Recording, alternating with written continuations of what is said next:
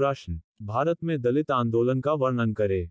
उत्तर, 19वीं सदी के अंतिम और 20वीं सदी के आरंभिक वर्षों में ही भारत के विभिन्न क्षेत्रों में दलितों की बेहतरी और सामाजिक समानता के लिए स्थानीय स्तर पर दलितों के आंदोलन होने लगे थे। जब ईसाई मिशनरी दलितों के बीच काम करने लगे और उपनिवेशी सरकार ने उनमें शिक्षा के प्रसार के लिए विशेष संस्थाएं खड़ी की, तो न केवल इन वर्गों में एक छोटा सा शिक्षित कुलीन समूह पैदा हुआ, बल्कि आमतौर पर इन जन समूहों में एक नई चेतना भी आई। यह सही है कि उपनिवेशी नौकरशाही दलित शिक्षा की घोषित सार्वजनिक नीतियों के क्रियान्वयन में अक्सर लड़खड़ाती रही और दलित समूहों को अपने शिक्षा के अधिकारों की रक्षा के लिए प्रतिरोधों का सहारा लेना पड़ा। इसी प्रकार ईसाई मिशनरी भी सदैव दलितों की बेहतरी के उम्र निमित्त नहीं रहे, क्योंकि वे भी अक्सर एक असहिष्णु परंपरावादी समाज और एक दोमुही नौकरशाही के दबाव के आगे झुक जाते थे। अक्सर माना जाता है कि ईसाईयत स्वीकार करना जाति प्रथा के प्रतिरोध का एक ढंग था और दक्षिण भारत के कुछ भागों में दलितों ने बड़ी संख्या में इस तरीके का सहारा लिया। प्रत्येक आंदोलन की विभिन्नताओं को नकारे बिना, हम यहाँ इन दलित आंदोलनों के कुछ समान लक्षणों की चर्चा कर सकते हैं। इनमें से कुछ संगठित समूहों, सभी नहीं, ने उच्च कर्मकांडी स्थिति के कुछ गोचर प्रतीकों की सामूहिक रूप से ग्रहण किया, जैसे जनेऊ धारण करना, सामुदायिक पूजा जैसे अनुष्ठानों में भाग लेना और प्रतिबंधित मंदिरों में प्रवेश करना जहां पारंपरिक रूप से हिंदू पुरोहितों द्वारा जाने पर पाबंदी थी। मंदिर प्रवेश को लेकर 20वीं सदी के आरंभ में भी कुछ संगठित आंदोलन हुए। मंदिर प्रवेश के अनेक संगठित आंदोलनों में मलाबार में 1924 का वैकम सत्याग्रह और 1931 का गुरुवायूर सत्याग्रह और नासिक, पश्चिमी भारत में 1930 का कालाराम मंदिर सत्याग्रह सबसे महत्वपूर्ण थे। इन धार्मिक अधिकारों के अलावा, संगठित दलित समूहों ने सवर्ण हिंदुओं से सामाजिक अधिकारों की भी मांग की और मना किए जाने पर विभिन्न प्रकार की सीधी कार्रवाइयों का सहारा लिया, जैसे जब ऊंची जातियों ने नाडार स्त्रियों के वक्षस्थल ढकने के प्रयासों का विरोध किया तो 1859 में त्रावणकोर में दंगा हो गया। यह मुद्दा आगे इझावों और नायरों के बीच संबंधों में भी कड़वाहट बना रहा और दोबारा 1905 में किलोन में उथल पुथल का कारण बना। बंगाल में जब सवर्ण कायस्थों ने 1872 में एक नामशूद्र के दाह संस्कार में भाग लेने से माना किया, तो नामशूद्रों ने 6 माह तक कायस्थों की जमीनों पर काम नहीं किया। इसी प्रकार महाराष्ट्र में विख्यात महार नेता भीमराव अंबेडकर ने 1927 में 10-15 हजार दलितों के साथ स्थानीय नगर निगम के नियंत्रण के अधीन महाड़ में एक सार्वजनिक तालाब से पानी लेने के अधिकार का दावा करते एक विशाल सत्याग्रह किया। डॉक्टर भीमराव अंबेडकर 1891 से 1956।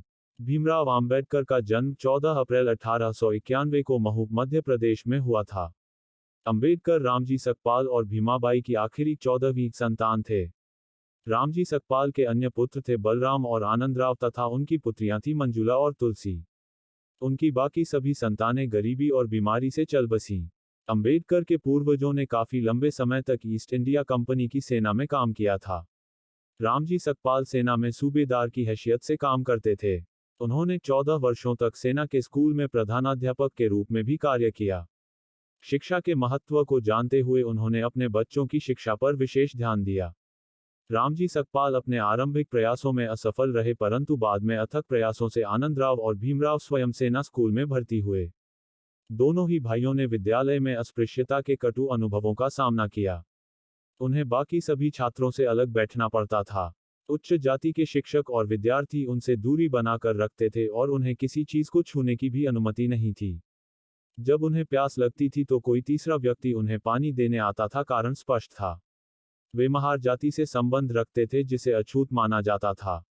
भारत में जाति प्रथा का इतिहास बहुत पुराना है, जो हजारों सालों के बाद भी अपने अमानवीय रूप में समाज के भीतर मौजूद है। अस्पृश्यता और सामाजिक असमानता। अंबेडकर कोलंबिया विश्वविद्यालय में, अंबेडकर ने जून 1916 को अपना एक डॉक्टरेट डिसर्टेशन शोध निबंध प्रस्तुत किया, जिसका शीर्षक था भारत का राष्ट्रीय लाभांश, एक ऐतिहासिक और विश्लेषणात्मक अध्ययन। यह बाद में ब्रिटिश भारत में प्रांतीय अर्थव्यवस्था का विकास नामक शीर्षक से प्रकाशित हुआ।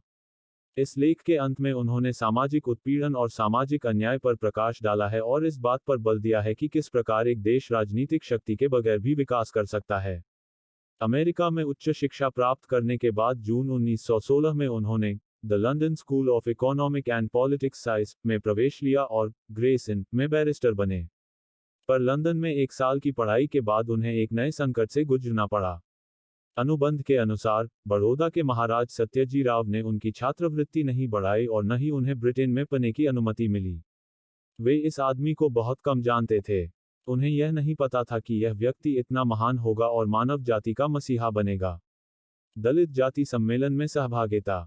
नवंबर 1917 में बंबई में दलित जाति के 2 अधिवेशन संपन्न हुए। इस सम्मेलन में प्रस्ताव द्वारा यह मांग रखी गई कि सरकार को अछूत जाति के हितों की रक्षा करनी चाहिए और इसके लिए जनसंख्या के अनुपात के आधार पर दलित जातियों को विधानसभाओं में अपने प्रतिनिधि चुनने का अधिकार मिलना चाहिए। इस प्रस्ताव में सम्मेलन ने कांग्रेस लीग समझौते का समर्थन किया ताकि रीति रिवाजों और धर्म के नाम पर दलितों पर आरोपित अयोग्यता को दूर किया जा सके और उच्च जाति के हिंदुओं पर प्रभाव डाला जा सके।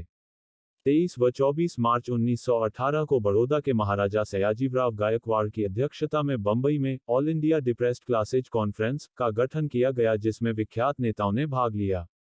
इस सम्मेलन का प्रमुख उद्देश्य देश में अस्पृश्यता उन्मूलन के लिए आह्वान करना था।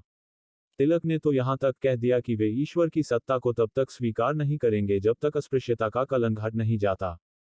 संघर्ष का मार्ग। सन 1926 की अवधि दलित आंदोलन के इतिहास में सबसे महत्वपूर्ण समय था।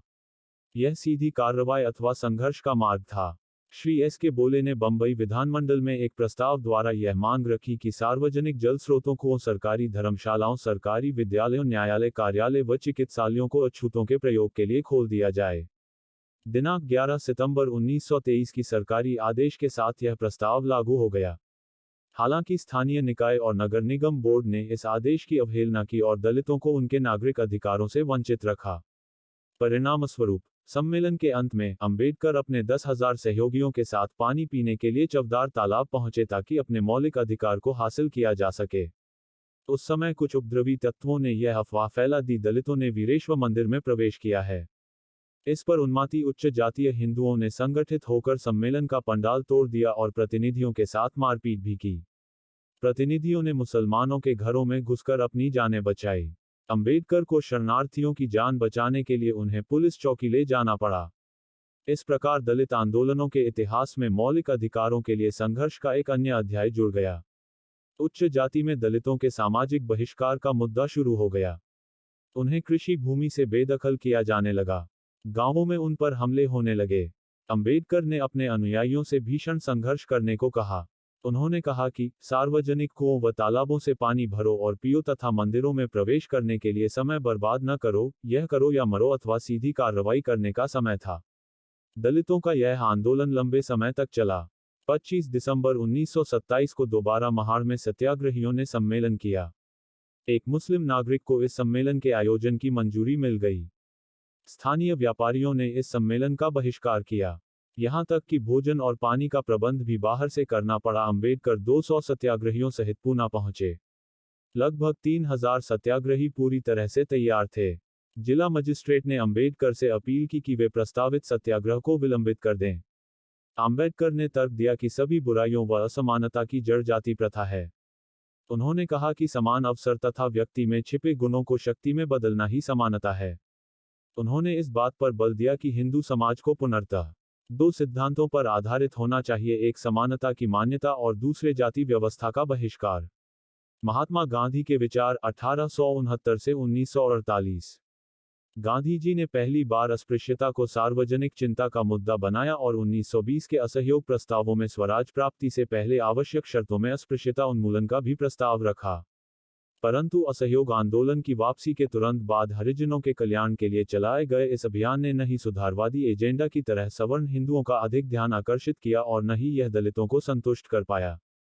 उन्होंने अस्पृश्यता को एक विकृति कहकर इसकी निंदा की, परंतु 1940 के दशक में पश्चिम की जाति प्रथा के विरुद्ध श्रम के सामाजिक विभाजन की गैर प्रतियोगी आर्थिक व्यवस्था के आदर्श स्वरूप वर्णाश्रम धर्म या जाति व्यवस्था को सही ठहराया गया।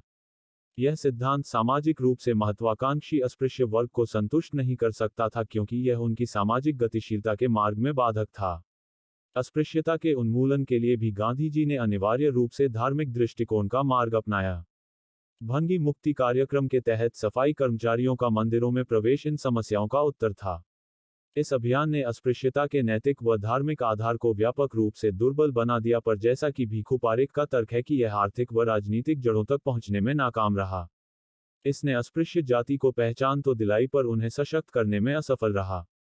दलित नेताओं का तर्क था कि यदि उन्हें आर्थिक व राजनीतिक शक्ति में समान अधिकार मिलते तो मंदिरों के दरवाजे उनके लिए स्वतः ही खुल जाता। अन्य शब्दों में गांधीवादी विचारधारा अंबेडकर जैसे दलित नेताओं को संतुष्ट करने में असफल रही। अंबेडकर शिक्षा, रोजगार एवं राजनीतिक प्रतिनिधित्व के सुनिश्चित अधिकार द्वारा एक राजनीतिक समाधान चाहते थे। बाद में 1945 अंबेडकर ने वास्तविक मुद्दे को लंबित करने के लिए गांधी व कांग्रेस को जिम्मेदार ठहराया और दलितों के लिए एक अलग राजनीतिक मान्यता की मांग दलित राजनीतिक समूहों व कांग्रेस के बीच संबंधों में एक अवरोधात्मक बिंदु बन गया। ये मतभेद आगे भी कायम रहे। जब सितंबर 1932 में कम्युनल अवार्ड अथवा सांप्रदायिक विचार या पुरस्कार द्वारा तथाकथित अनुसूचित जातियों यानी दलितों के लिए अलग निर्वाचन व्यवस्था की घोषणा की गई तो गांधी बहुत व्यथित हुए और उन्होंने अवार्ड के संशोधन के लिए पूना की यरवदा जेल में अनशन प्रारंभ कर दिया। अंबेडकर के पास कोई अतिरिक्त विकल्प नहीं था। उन पर महात्मा गांधी के जीवन को बचाने के लिए नैतिक दबाव था। अंततः उन्होंने समझौता स्वीकार कर लिया, जिसे पूना समझौता के नाम से जाना गया। इसमें संयुक्त हिंदू निर्वाचन व्यवस्था को बनाए रखा गया और दलितों के लिए 151 सीटें भी आरक्षित रखी गई। उतने समय के लिए ऐसा प्रतीत हुआ कि सभी विवाद सुलझ गए हैं। मंदिर प्रवेश आंदोलन और गांधी जी के हरिजन अभियान में राष्ट्रव्यापी रुझान दिखाई दिया। यहां तक कि नवनिर्मित हरिजन सेवक संघ की गतिविधियों को लेकर गांधी और अंबेडकर के बीच सहयोग भी दिखाई दिया। इस समझौते के प्रावधानों को बाद में भारत सरकार अधिनियम 1935 में भी शामिल कर लिया गया। हालांकि इस समझौते की उस समय कई लोगों ने निंदा भी की। रविंद्र कुमार का तर्क है कि यह गांधी की जीत को दर्शाता है, जिन्होंने भारतीय राजनिकाय में दरार पड़ने से रोक लगा दी और दलितों की समस्या का एक राष्ट्रवादी समाधान प्रस्तुत किया। पर जल्द ही यह एकता भंग होती नजर आए और कांग्रेस व अंबेडकर दोबारा दूर होते दिखाई दिए। जहां एक तरफ गांधी के हरिजन सेवक संघ की भागीदारी सामाजिक मुद्दों में थी, वहीं कुछ कांग्रेस नेताओं का ध्यान इस मिशन से भटकता नजर आया। वे दलित बीटरों की गतिशील बनाने के लिए एक राजनीतिक मोर्चा चाहते थे ताकि आगामी चुनावों में आरक्षित सीटों पर जीत हासिल की जा सके। इस उद्देश्य के लिए उन्होंने मार्च 1995 में बिहार के एक राष्ट्रवादी दलित नेता जगजीवन राम की अध्यक्षता में एक all India depressed classes league का निर्माण किया। पर इसके बावजूद भी 1937 के चुनावों में कांग्रेस पूरे भारत में 151 आरक्षित सीटों में से केवल 73 सीटें ही जीत पाई। इसके बाद अलग अलग क्षेत्रों में स्थितियां अलग अलग प्रकार से बदलती रहीं। वह अस्पृश्यता उन्मूलन के गांधीवादी विचार के प्रति स्थानीय कांग्रेसी नेताओं की प्रतिबद्धता के स्वरूप पर निर्भर था। बंगाल जैसे गैर कांग्रेसी प्रांतों में कुछ नेता चुनावी गणना को लेकर काफी सजग थे और लगन से दलित नेताओं का सहयोग कर रहे थे। पर 8 प्रांतों में जहां कांग्रेस ने मंत्रालय संभाले और लगभग 2 साल सत्ता में बिताए, वहां उनकी भूमिका से न केवल अंबेडकर जैसे समीक्षक अशांत हुए बल्कि एक समय पर कांग्रेस को संवेदना प्रकट करने वाले मद्रास के एम सौराजा जैसे दलित नेता भी कांग्रेस से परी करते चले गए। सारांश: भारत में जाति प्रथा में हुए उतार चढ़ाव मुगल और ब्रिटिश शासकों द्वारा लाए गए बदलावों की ओर इशारा करते हैं। ज्योतिबा फुले, पंडित रमाबाई, पेरियार, डॉक्टर अंबेडकर, महात्मा गांधी आदि अनेक समाज सुधारकों ने दलितों के जीवन में कई प्रकार से सामाजिक बदलाव लाने की कोशिश की।